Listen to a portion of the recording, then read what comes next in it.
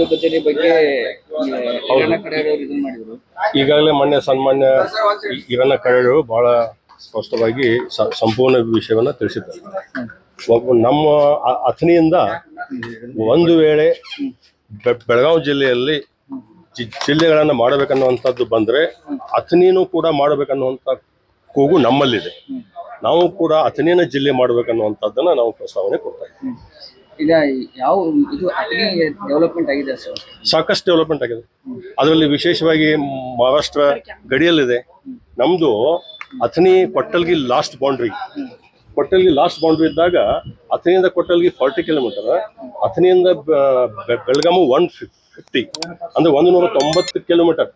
ನನ್ನ ಮತಕ್ಷೇತ್ರ ಬಿಜಾಪುರ ಬೌಂಡ್ರಿಗೆ ಮಹಾರಾಷ್ಟ್ರ ಬೌಂಡ್ರಿಗೆ ಹತ್ಕೊಂಡಾಗ ಆಡಳಿತಾತ್ಮಕವಾಗಿ ಮಾತ್ರ ಬೆಳಗಾಂದಲ್ಲೇ ಸಂಪರ್ಕ ಇದ್ದೀವಿ. ಯಾವುದೇ ವ್ಯವಹಾರ ಇರಲಿ, ಕೃಷಿ ಚಟುವಟಿಕೆ ಇರಲಿ, ಬಿಜಾಪುರ ಮಹಾರಾಷ್ಟ್ರನೇ ಹೆಚ್ಚು ಕಾಂಟ್ಯಾಕ್ಟ್ ಇರುವಂಥದ್ದು. ಸೊ ಹಿಂಗಾಗಿ ಅದು ಯಾವುದೇ ಸಂದರ್ಭದಲ್ಲಿ ಅಥಣಿ ಜಿಲ್ಲೆ ಆಗಬೇಕು.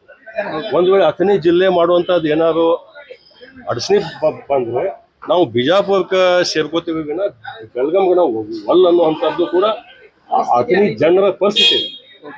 ಅಲ್ಲೇ ಸರಳ ಅಥಣಿಯಲ್ಲೇ ಏನೊಂದು 75-80 ವಯಸ್ಕರದಾರ, ರೈತರದಾರ. ಅವರು ಸೊಲ್ಲಾಪುರ, ಬಿಜಾಪುರ, ಜತ್ತು, ಮಿರಜು, ಕೊಲ್ಲಾಪುರ, ಇವನ್ ಪುನಾ ತನಕ ಹಚ್ಚದ. ಅದು ಬೆಳಗಾವಿಗೆ ಬಂದಿಲ್ಲ ಅವರು. ಯಾಕೆ ಬರುವಂತ ಪ್ರಸಂಗ ಇಲ್ಲ. ದೂರ ಅನ್ನಕ್ಕಿಂತ ಅವರೆಲ್ಲ ವ್ಯವಹಾರ ಎಲ್ಲ ಅಲ್ಲೇ ಆಗ್ತಾವ. ಮೆಡಿಕಲ್ ಸಾಂಗ್ಲಿಗೆ ಹೋಗ್ತಾರ, ಮಿರಜ್ಗೆ ಹೋಗ್ತಾರ. ನಮ್ಮಲ್ಲಿ ಉದ್ಯೋಗ ಎಲ್ಲ ಬಿಜಾಪುರ, ಸೊಲ್ಲಾಪುರ, ಕೊಲ್ಲಾಪುರ. ಆಡಳಿತಾತ್ಮಕವಾಗಿ ಇದ್ದವರಿಗೆ ಬೆಳಗಾಂ ಸಂಪರ್ಕ. ನಮ್ದು ಸ್ಪಷ್ಟವಾದ ನಮ್ಮ ಅಥಣಿ ಜನರ ನಿಲುವು, ಅಥಣಿನೇ ಜಿಲ್ಲೆ ಆಗಬೇಕು.